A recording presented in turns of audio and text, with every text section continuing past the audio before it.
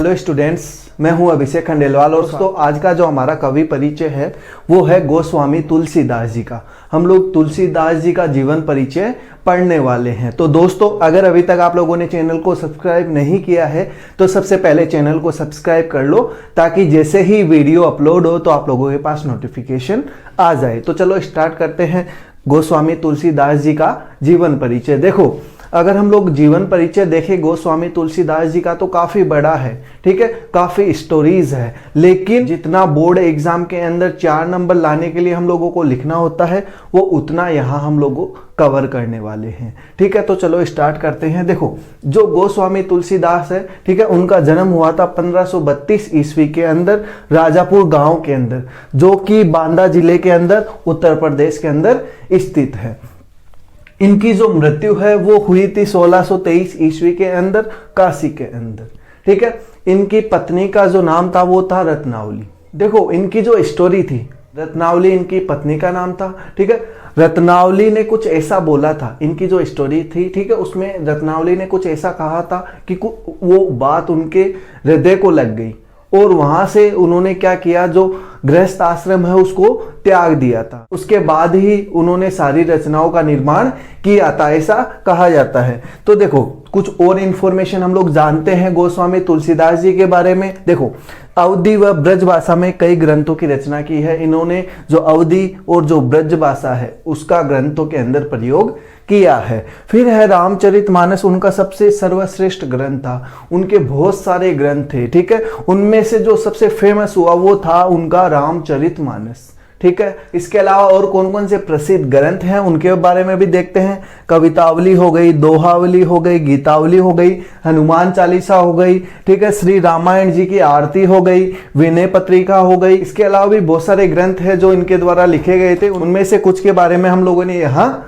देख लिया। और देखते हैं तो देखो, तुलसी के काव्य में समन्वय की भावना सर्वोपरि मिलती है। मतलब अगर जब भी हम लोग इनके जो काव्य है अगर उनको पढ़ते हैं तो आपको क्या दिखेगा, समन्वय की भावना जरूर दिखेगी। फिर है देखो, जो रामचरितमानस है सर्वश्रेष्ठ ग्रंथ था इनका, ठीक है, उसको बनाने में या लिखने में कितना टाइम लगा था, देखो 2 वर्ष 7 महीने और 26 दिन, ठीक है, इतने टाइम में ये अद्भुत ग्रंथ तैयार हुआ था, ठीक है। इसके अलावा इन्हें जो आदि काव्य वाल्मीकि थे या आदि काव्य के जो रचयिता थे महर्षि वाल्मीकि, ठीक है, उनका अवतार माना जाता था, ठीक है। तो ये कुछ बेसिक इंफॉर्मेशन थी गोस्वामी तुलसीदास जी के बारे में, और बहुत सारी इंफॉर्मेशन हम लोग आप लोगों को स्क्रीन पे भी प्रोवाइड करवाने वाले हैं ताकि गोस्वामी तुलसीदास जी का जीवन परिचय आप लोगों को अच्छे से समझ में आ सके। बस दोस्तों ध्यान ये रखना कि इसके अलावा जिस भी चैप्टर का नाम आए, ठीक है, उस चैप्टर के बारे में भी थोड़ा बहुत लिखना है, ठीक है। अगर आप बोर्ड क्लास के स्टूडेंट हो, ठीक है, अगर आपको चैप्टर का नाम दे दिया जाता है तो उस चैप्टर के बारे में भी थोड़ा लिखना है। इतना लिखने के बाद तो जितने भी नंबर का होगा आपको पूरे मार्क्स मिल जाएंगे। तो आई होप जो गोस्वामी तुलसीदास जी का जीवन परिचय है वो आप लोगों को समझ में आ गया होगा। फिर भी अगर कोई डाउट रहता है तो आप हमें कमेंट के माध्यम से पूछ सकते हैं। हमारा टॉपिक, अगर हम लोग कबीरदास जी के जीवन परिचय की बात करें तो इनका जो जन्म है वो है 1398 ईस्वी के अंदर, और कहाँ हुआ था, काशी के अंदर। देखो, इसमें भी बहुत सारे मतभेद है, लेकिन ये माना जाता है कि उनका जो जन्म है वो काशी के अंदर हुआ था, ठीक है। और जो मृत्यु है वो हुई थी इनकी 1518। ये सारी डेट जो है वो लगभग अंदाज है, ठीक है, फिक्स नहीं है कि इसी तारीख को हुआ था। फिर इनकी मृत्यु हुई थी मगहर यूपी के अंदर जो है, ठीक है, वहां इनकी मृत्यु हुई थी। फिर देखो, भक्तिकाल के महान समाज सुधारक थे। अब देखो यहाँ वर्ड आ रहा है भक्तिकाल, उसका मतलब ये है भगवान कृष्ण वगैरह की पूजा करते थे वो भक्तिकाल के कवि कहलाते थे, ठीक है। ये महान समाज सुधारक थे, ठीक है। फिर इन्होंने समाज में व्याप्त छुआछूत, धार्मिक आडंबर, ऊंच नीच, इनका कड़ा विरोध किया था, ठीक है। धर्मदास ने उनकी वाणियों का संग्रह, देखो इनका जो शिष्य था धर्मदास, उसने क्या किया, जो इनकी वाणियां थी, जो भी इनके काव्य वगैरह थे, ठीक है, उनका संग्रह करके एक बीजक नामक संग्रह बनाया, ठीक है। जो धर्मदास था उनका शिष्य, उसने क्या किया, वाणियों का संग्रह करके बीजक नामक ग्रंथ बनाया, ठीक है। फिर जो बीजक है, ठीक है, उसके 3 भाग थे। कौन कौन सा, साखी, सबद व रमेनी। देखो, इसमें जो साकी है, ठीक है, इसमें धर्मोपदेश दिया गया था, ठीक है। जो शब्द है उसमें सौंदर्य के बारे में बात हुई थी, ठीक है। इसी तरीके से रमेनी है आपका, ठीक है, यहाँ धर्म के उपदेश की बात नहीं हुई थी। बाकी आप लोगों को स्क्रीन पर दिख जाएगा इन तीनों का मतलब क्या है, ठीक है। इसके अलावा जो भाषा, कौन सी भाषा का उन्होंने प्रयोग किया था अपने काव्य के अंदर, जो अवधी भाषा है, सदुकड़ी भाषा है, पंचमेल है, खींचड़ी है, मतलब लगभग कई भाषाओं का प्रयोग किया था, ठीक है। इसके अलावा उनका जो अन्य नाम था कबीरा के नाम से भी बोला जाता था, मतलब कबीरदास जी को कबीरा के नाम से भी जाना जाता था। इसके अलावा जो हजारी प्रसाद द्विवेदी ने जो कबीर है उसको वाणी का डिक्टेटर कहा है। अब देखो ये समझना, वाणी का डिक्टेटर होता क्या है, मतलब जो अपनी बात को साफ दो टूक के अंदर कह देता है वो वाणी का डिक्टेटर कहलाता है। इसी तरीके के थे कबीरदास जी, ठीक है। इनके जो गुरु थे वो थे रामदास, ठीक है। पहले इनकी स्टोरी कुछ ऐसी थी कि रामदास जी ने इनको शिष्य के रूप में स्वीकार नहीं किया था, ठीक है, लेकिन इन्होंने जिद पकड़ ली कि मैं गुरु बनाऊंगा तो रामदास जी को ही, ठीक है। तो इसी तरीके से इनके जो काव्य वगैरह है उनमें राम शब्द का प्रयोग आपको बहुत मिलेगा। बस एक चीज जो आपको ध्यान रखनी है, अगर आप 10th या 12th क्लास में जिस भी क्लास में हो, अगर कवि परिचय कर रहे हो, ठीक है, तो वहां आप लोगों को ध्यान रखना है, अगर क्वेश्चन के साथ इनकी जो कविता है उसका नाम आता है तो आपको नीचे थोड़ा बहुत जो कविता है उसका भी वर्णन करना पड़ेगा कि ये कविता कहनी क्या चाह रही है। तो इस तरीके से मिलके जो जीवन परिचय है वो पूरा होगा, ठीक है। ये तो कुछ बेसिक चीजें जो आप लोगों को याद हो जाए मैंने आप लोगों के लिए बनाई है, और स्क्रीन पे भी आप लोगों को बहुत सारी चीजें दिख जाएगी। लेकिन बस याद रखना, अगर जिस कविता का नाम आए उस कविता का थोड़ा बहुत इसके बारे में लिख देना कि ये जो पद्यांश है वो पद्यांश इसके बारे में क्या कहना चाह रहे हैं, ठीक है। समझ में आ गया आप लोगों को कबीरदास का? तो दोस्तों अगर आप लोगों को कबीरदास समझ में आ गया है तो मेरे को कमेंट करके जरूर बता देना। चलो स्टार्ट करते हैं हमारा जो रहीम है उसका जीवन परिचय, ठीक है। देखो इनका जो जन्म है वो हुआ था 1556 ईस्वी के अंदर लाहौर के अंदर, ठीक है। इनकी जो मृत्यु है वो हुई थी 1626 ईस्वी के अंदर। इनका जो पूरा नाम था, ठीक है, वो था अब्दुल रहीम खान खाना, ठीक है। मैंने लिख रखा है यहाँ, इनका जो पूरा नाम है अब्दुल रहीम खान खाना, ठीक है। इनके जो पिता है, पिता का नाम था बैरम खां, जो कि क्या थे, अकबर के संरक्षक थे। जो मुगल बादशाह हुमायूं था, हुमायूं की मृत्यु के बाद 14 साल की उम्र में अकबर को राजगद्दी पे बिठा दिया था बैरम खान ने, और उसका संरक्षक बन गया था। और कुछ जानते हैं हम लोग रहीम के बारे में। देखो इनके पिता क्या थे, राजशाही परिवार के अंदर थे, ठीक है। इनका जो लालन पालन हुआ था वो कहाँ हुआ था, राजशाही परिवार के अंदर हुआ था। तो इसीलिए यह लिख रखा है कि उन्होंने अपने माता पिता से क्या क्या सीखा, वीरता, राजनीति, दानवीरता और काव्य जैसे गुण विरासत में मिले थे, ठीक है। इसके अलावा उनके काव्य में हम लोगों को क्या क्या देखने को मिलता है। देखो उनके काव्य में रामायण, महाभारत, पुराण, गीता जैसे ग्रंथों के कथानकों एवं पात्रों का बखूबी उल्लेख किया है। मतलब जितने भी रहीम के जो काव्य है उसमें रामायण, महाभारत, पुराण, गीता ऐसे ग्रंथों का भी उल्लेख किया गया है। ये जो काव्य है उन काव्य में किन गुणों का बखान हम लोगों को सबसे ज्यादा मिलता है, तो देखो नीति है, भक्ति, प्रेम है, श्रृंगार रस है, उसका समावेश हम लोगों को देखने के लिए मिलता है। इसके अलावा जो इनकी प्रमुख कृतियां है, ठीक है, रचनाएं हैं, वो कौन कौन सी, वो दो चार नाम हम लोग देख लेते हैं। तो देखो दोहावली हो गया, बरवे हो गया, नायिका भेद हो गया, रास पंचादाई हो गया, मदनाष्टक हो गया, नगर शोभा हो गई इत्यादि इनके प्रमुख रचनाएं थी। इसके अलावा भी बहुत सारी थी, हम लोगों को 4 या 5 के नाम याद रखने हैं, ठीक है। इसके अलावा रहीम को दोहा, सोरठा, बरवे, सवैया छंदों में क्या थी, विशेष महारत हासिल थी। मतलब इनके जितने भी काव्य हैं उसमें ये सारी चीज़ें आप लोगों को देखने के लिए मिल जाएगी। मतलब दोहे ज़्यादा लिखे हैं, सोरठे ज़्यादा लिखे हैं, बरवे तथा सवैया छंदों का ज़्यादा प्रयोग किया है, ठीक है। इसके अलावा इनकी जो भाषा शैली थी, ठीक है, जिसमें भी ये काव्य लिखते थे वो भाषा शैली कैसी थी इनकी, अवधी और ब्रज भाषा, ठीक है। आपको अवधी और ब्रज भाषा के अंदर इनके काव्य देखने को मिलते हैं। फिर जो मैं आपको बार बार बोलता हूं कि अगर आपको इसके साथ चैप्टर का नाम दे रखा हो, कवि के नाम के बाद चैप्टर का नाम या पहले दे रखा हो, तो आपको उस चैप्टर के बारे में भी 2-4 लाइनें लिखनी है कि वो कविता आपको क्या कहना चाह रही है, ठीक है। तब जाके आपका जो जीवन परिचय है वो कंप्लीट हो जाएगा और आपको पूरे मार्क्स मिल जाएंगे। तो आई होप दोस्तों जो रहीम है उसका जीवन परिचय आप लोगों को समझ में आ गया होगा। फिर भी अगर कोई डाउट रहता है तो आप हमें कमेंट के माध्यम से पूछ सकते हैं। इसके अलावा आपको बहुत सारी इंफॉर्मेशन स्क्रीन पे भी मिल जाते हैं। हमारा जो सूरदास है उसका जीवन परिचय, देखो जन्म और मृत्यु, याद रखना इनकी जन्म और मृत्यु के बारे में अनिश्चितता है। ठीक है, कुछ लोग बोलते हैं इनका जन्म हुआ था 1483 ईस्वी के अंदर, 1483 ईस्वी के अंदर सीही गांव के अंदर जो कि दिल्ली के अंदर है। और कुछ विद्वान बोलते हैं इनका जन्म हुआ था रुणकता गांव जो कि कहाँ है, मथुरा आगरा मार्ग पर स्थित है। निश्चित नहीं है कि इनका जन्म कहाँ हुआ था, अलग अलग मतभेद है विद्वानों के। इसी प्रकार से इनकी मृत्यु के बारे में भी मतभेद है विद्वानों के अंदर। ठीक है, और कुछ विद्वान बोलते हैं कि इनकी मृत्यु हुई थी पारसोली गांव जो कि गोवर्धन मथुरा के अंदर स्थित है। ठीक है, तो दोनों ही मृत्यु और जीवन इनका अनिश्चित है। ठीक है, लगभग ऐसा बोला जाता है कि ये 100 साल से ज्यादा जीवित रहे थे। ठीक है, इनके जो पिता है उनका नाम था रामदास। ठीक है, पिता का नाम क्या था, रामदास।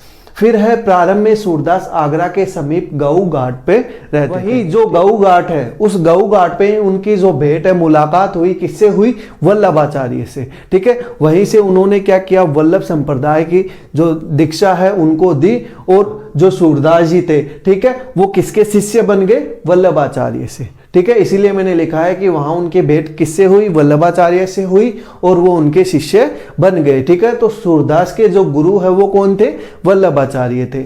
फिर है सूरदास का जीवन कृष्ण भक्ति के लिए समर्पित था। अगर आप पूरी इनका जीवन परिचय देखोगे तो सबसे ज्यादा वर्णन या रचनाएं है वो किसके लिए लिखी है, इन्होंने कृष्ण भक्ति के लिए लिखी है। ठीक है, इनकी जो रचनाएं हैं वो कौन कौन सी है, सूरसागर है, सूरसावली है, साहित्य लहरी है, नल दमयंती है, ब्याहलो है। ठीक है, ये स्टार्टिंग की जो 3 है वो काफी प्रसिद्ध ग्रंथ है आपके। ये भक्तिकाल के महान कवि थे। देखो मैंने आपको पहले ही बताया है, भक्तिकाल का मतलब है जो कृष्ण उपासक थे, जो कृष्ण की पूजा करते थे, वो भक्तिकाल के कवि कहलाते थे। ठीक है, सूरदास जन्म से अंधे थे या नहीं इसके बारे में भी देखो मतभेद है। कुछ विद्वान बोलते हैं कि जो सूरदास जी थे वो जन्म से ही अंधे थे और कुछ लोग क्या बोलते हैं वो जन्म से अंधे नहीं थे। तो इसके बारे में भी क्या है आप लोगों का क्लियर नहीं है। ठीक है, सूरदास ने ब्रिज भाषा के अंदर जो श्री कृष्ण की लीलाएं हैं उनका सुंदर चित्रण किया है। मतलब जितनी भी रचनाएं हैं उसमें किसका प्रयोग किया है, ब्रज भाषा का प्रयोग किया है। और मैंने पहले ही बता दिया है आप लोगों को कि वो भक्ति काल के कवि थे, मतलब श्री कृष्ण की लीलाओं का वर्णन जरूर मिलेगा आप लोगों को। ठीक है, उनकी कविताओं के अंदर कौन सा रस आप लोगों को देखने के लिए मिलता है, तो देखो भक्ति है, श्रृंगार है, वात्सल्य रस। ठीक है, इन तीनों के वो क्या थे, अनुपम कवि थे। ठीक है, वही चीज जो मैं बार बार बोल रहा हूं कि अगर आपको इसके साथ चैप्टर का नाम दिया जाता है तो वो जो कविता है या वो चैप्टर है वो उसके बारे में क्या बताता है वो भी आप लोगों को 2-4 लाइनों के अंदर लिखना पड़ेगा, तब जाके आपका जो ये जीवन परिचय है वो कंप्लीट हो जाएगा। और इसके साथ आपको बहुत सारी इंफॉर्मेशन स्क्रीन के ऊपर भी मिल जाएगी। तो दोस्तों जो सूरदास है उनका जीवन परिचय आप लोगों का क्लियर हो गया होगा। फिर भी अगर कोई डाउट रहता है तो आप हमें कमेंट के माध्यम से पूछ सकते हैं। चलो स्टार्ट करते हैं महादेवी वर्मा से। तो देखो ये जो इंपॉर्टेंट है वो कि आप इसको लिखते कैसे हो, प्रेजेंटेशन है हिंदी के अंदर वो सबसे इंपॉर्टेंट होती है। ठीक है, तो इसको प्रेजेंट कैसे करते हो, या तो थ्रू पैराग्राफ लिख दो आप। ठीक है, या पैराग्राफ से कम समझ में आएगा, अगर जो पैराग्राफ की जगह आप इस तरीके से प्रेजेंट करते हो तो ये सारी चीजें और अच्छे से समझ में आ सकती है। आप ब्लू और जो ब्लैक पेन है उनका यूज कर सकते हो। ठीक है, इनका जो जन्म है वो हुआ था 1907 ईस्वी के अंदर, फर्रुखाबाद आगरा के अंदर। ठीक है, और जो इनकी मृत्यु है वो हुई थी 1987 ईस्वी के अंदर, इलाहाबाद जो कि यूपी के अंदर है, इंडिया के अंदर। ठीक है, मतलब ये कितने साल जीवित रही, 80 साल। 80 साल महादेवी वर्मा जीवित रही। ठीक है, उच्च शिक्षा इनकी जो हायर एजुकेशन है, ठीक है, वो संस्कृत इलाहाबाद यूनिवर्सिटी से हुई थी। अब हम लोग कुछ और जानेंगे महादेवी वर्मा के बारे में। ठीक है, याद रखना मैंने यहाँ एक चीज लिखी है, छायावादी कवयित्री। अब यार एक चीज बताओ, मैंने लिख तो दिया छायावादी कवयित्री, अब आप पूछोगे सर ये छायावादी है क्या, तो ये छायावादी को समझो। देखो छायावादी का मतलब ये है कि आपकी जो कविता है या जो निबंध है उसमें किसी एक चीज की प्रधानता हो, या दो चार चीजें ऐसी हो जिनकी प्रधानता हो। या मैं अगर सिंपल सी लैंग्वेज में बोल दूं कि मेरे को प्रकृति अच्छी लगती है, मैं हर बार क्या करता हूं, मेरी कविता, काव्य, निबंध जो भी लिखता हूं प्रकृति के बारे में लिखता हूं, ठीक है। तो ये प्रकृति के प्रति मेरा जो लगाव है, ठीक है, तो मैंने इसमें किसको प्रधानता दी, प्रकृति को दी। तो इसी तरीके से छायावादी जो कवित्री थी, जो छायावादी कवि या कवित्री होते हैं, वो मानवीकरण हो गया या सौंदर्य हो गया, इन सब को प्रधानता देते हैं। तो वो हमारे कौन से कवि कहलाते हैं, छायावादी कवि या कवित्री कहलाते हैं। मीनिंग क्लियर हो गया छायावादी का, ठीक है। अब देखो, हिंदी साहित्य के 4 प्रमुख स्तंभों में से एक मानी जाती थी जो छायावादी 4 स्तंभ थे, ठीक है। उन 4 स्तंभ, 4 कवि थे, स्तंभ मतलब 4 कवि थे, उनमें से एक कौन थी, महादेवी वर्मा। इसके अलावा 3 कौन थे वो सुन लो, जयशंकर प्रसाद, सुमित्रा नंदन पंत और आपके जो निराला थे, ठीक है। निराला मतलब जो सूर्यकांत त्रिपाठी निराला थे, ठीक है। ये 3 और स्तंभ थे, और जो चौथी स्तंभ थी वो आपकी कौन थी, महादेवी वर्मा, ठीक है। अच्छा लगा जान के। फिर इसको देखो, आधुनिक युग की मीरा भी कहा जाता था। महादेवी वर्मा को आधुनिक युग की मीरा भी कहा जाता था। और इनकी जो कविता है उसमें हम लोगों को सबसे ज्यादा क्या देखने को मिलता था, इनकी कविता वेदना से और जो करुणा है इनकी सबसे ज्यादा प्रधानता होती थी, ठीक है। इनका जो व्यक्तित्व है, व्यक्तित्व का मतलब होता है पर्सनैलिटी, कि इनकी जो पर्सनैलिटी थी वो कैसी थी। देखो, सरलता मतलब सरलता थी इनकी पर्सनैलिटी के अंदर या व्यक्तित्व के अंदर, उदारता, संवेदनशीलता और आत्मीयता से ओतप्रोत, ठीक है। पता चल गया इनकी पर्सनैलिटी के बारे में। फिर इन्होंने हिंदी संस्मरण और रेखा चित्र विद्या को अप्रतिम ऊंचाई दी। मतलब इन्होंने क्या किया, जो हिंदी के संस्मरण है और जो रेखा चित्र है, ठीक है, ये एक नई कला है, इसको एक ऊंचाई दी, ठीक है। फिर है काव्य। देखो, इनके जो काव्य थे वो कैसे थे, समाज सुधारक थे और महिलाओं के प्रति चेतना या जागरूक करने वाले थे, ठीक है। इतना हो गया। अब जो इनकी रचनाएं हैं वो कौन कौन सी है, उन रचनाओं के बारे में हम लोग देखते हैं। देखो, लिखने के 2 या 3 तरीके आपके पास होंगे, ठीक है। या तो इस तरीके से लिख सकते हो, ठीक है, या और अगर आपके पास प्रेजेंटेशन का अच्छा तरीका है उससे भी आप लोग लिख सकते हो। देखो, इसकी जो रचनाएं हैं उसके अंदर अगर मैं कविता संग्रह की बात करूं तो इसमें निहार, रश्मि, निर्जा, सांध्य गीत, दीपशिखा, यामा, अग्निरेखा और भी बहुत सारी कविताएं थी, ठीक है। आगे मैंने डेट लिख रखी है कौन सी कविता पब्लिश हुई थी, ठीक है। इसी तरीके से आपके जो संस्मरण है और जो रेखा चित्र है, ठीक है, अतीत के चलचित्र 1942 में, स्मृति की रेखाएं 1943 में, पथ के साथी 1956 में, मेरा परिवार 1972 में। ये तो 2 काफी फेमस थी, जैसे दीपशिखा हो गई, यामा हो गई, ये काफी फेमस इनकी जो काव्य और जो रेखा चित्र सबसे फेमस थे, ठीक है। इसके अलावा जो निबंध संग्रह है, ठीक है, उस निबंध संग्रह में कौन कौन से थे, जो श्रृंखला की कड़ियां है 1942 के अंदर, ये इनका फेमस था। और साहित्यकार की आस्था तथा अन्य निबंध 1962 में जो इन्होंने लिखा वो काफी फेमस था। इसके अलावा जो संकल्पिता थी 1969 के अंदर जो पब्लिश हुई, वो निबंध संग्रह भी इनका सबसे फेमस था। तो हम लोगों को इनकी रचनाओं के बारे में पता चल गया, ठीक है। कुछ और चीजें हम लोग इनके बारे में जानते हैं। सम्मान, देखो इनको कौन कौन से सम्मान मिले, ठीक है। 1956 के अंदर इनको पद्म भूषण से नवाजा गया, ठीक है। फिर 1982 के अंदर इनको ज्ञानपीठ पुरस्कार भी मिला हुआ है और 1988 के अंदर इनको पद्म विभूषण भी मिला हुआ है। पता चल गया सम्मान के बारे में। इनकी रचनाएं कौन कौन सी है, व्यक्तित्व कैसा है, ये छायावादी कवित्री है, ठीक है। और इनको आधुनिक युग की मीरा भी कहा जाता है। इनकी कविताओं में हम लोगों को वेदना और करुणा की प्रधानता मिलती है और जन्म और मृत्यु, इन सारी चीजों के बारे में हम लोगों को पता चल गया। तो जो महादेवी वर्मा है उसका जीवन परिचय हम लोगों ने जितना हम लोगों को बोर्ड के अंदर लिखने के लिए जरूरत है उतना हम लोगों ने यहाँ कवर कर लिया है। तो फिर भी अगर दोस्तों आप लोगों को कोई डाउट है तो आप हमें कमेंट के माध्यम से पूछ सकते हैं। तो दोस्तों अगर आप लोगों को ये चीज अच्छी लगी हो, ठीक है, तो मेरे को कमेंट करके जरूर बता देना। और दोस्तों आप हमें कमेंट के माध्यम से भी बता सकते हैं कि आप कौन कौन से कवि का जीवन परिचय जानना चाहते हैं। आज का कवि परिचय कृपाराम खिड़िया, ठीक है। इनका जो मूल नाम था वो था कृपाराम बारठ, ठीक है, जो कि चारण जाति से थे, ठीक है। इनका जन्म हुआ था 1743 ईस्वी के अंदर। कहाँ हुआ था? राजस्थान के अंदर। और ये एक राजस्थानी कवि थे, मारवाड़ राज्य के खराड़ी गांव के अंदर। ठीक है, मारवाड़ राज्य के अंदर कहाँ हुआ था? खराड़ी गांव के अंदर। इनकी मृत्यु हुई थी 1833 ईस्वी के अंदर। इसके अलावा कुछ और जानते हैं इनके बारे में। देखो, जो राजस्थानी भाषा है डिंगल और पिंगल, उसके ये बड़े प्रसिद्ध कवि थे। ठीक है, इनके पिता का नाम था जगराम खेड़िया। फिर संस्कृत मर्मज्ञ होने के कारण सिक्कर के जो राव लक्ष्मण सिंह थे, ठीक है, उन्होंने इनको 2 जागीर दिए थे। मतलब जो संस्कृत थी इनकी इतनी अच्छी थी, इनके गुणों से प्रभावित होके जो राव लक्ष्मण सिंह है, उन्होंने जो कवि कृपाराम खेड़िया है उसको 2 जागीर दे दी थी। ठीक है, कौन कौन सी जागीर दी थी? एक महाराजपुर और दूसरी थी लक्ष्मणपुरा। ठीक है, ये 2 जागीर उनको दे दी थी। फिर ये सिक्कर के राजा जो देवी सिंह है उनके दरबार में कवि थे। ठीक है, राजिया इनका सेवक था। इनके बारे में बड़ी फेमस है इनकी जो कविताएं हैं, ठीक है, या सोरटे हैं, ठीक है, उनमें हम लोग जो भी पढ़ते हैं उनमें सब कहीं ना कहीं जो राजिया है उनका जिक्र हुआ है।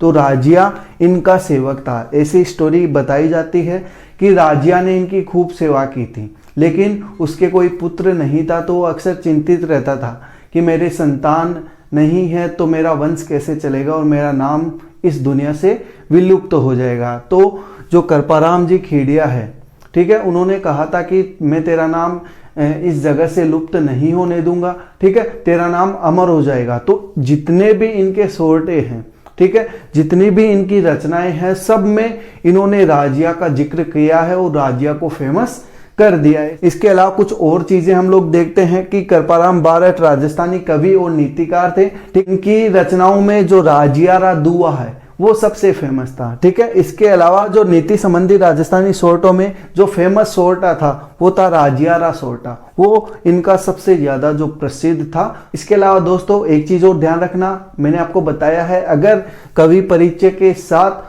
उसके चैप्टर का नाम आता है, अध्याय का नाम आता है, तो कुछ उन अध्याय के बारे में भी आप लोगों को लिखना है, तब जाके आपको कंप्लीट मार्क्स आप लोगों को मिल जाएंगे। ठीक है, तो ये था हमारा कृपाराम खेड़िया का जीवन परिचय। इसके अलावा कुछ इंफॉर्मेशन बहुत सारी इसके बारे में आप लोगों को स्क्रीन के ऊपर भी दिख जाए। आई होप दोस्तों जो कृपाराम खेड़िया है उसका जीवन परिचय आप लोगों को समझ में आ गया होगा। फिर भी अगर कोई डाउट रहता है तो आप हमें कमेंट के माध्यम से पूछ सकते हैं। अगर आप लोगों को वीडियो अच्छा लगा हो तो वीडियो को लाइक करें, चैनल को सब्सक्राइब करें और दोस्तों के साथ शेयर जरूर करें। Thank you.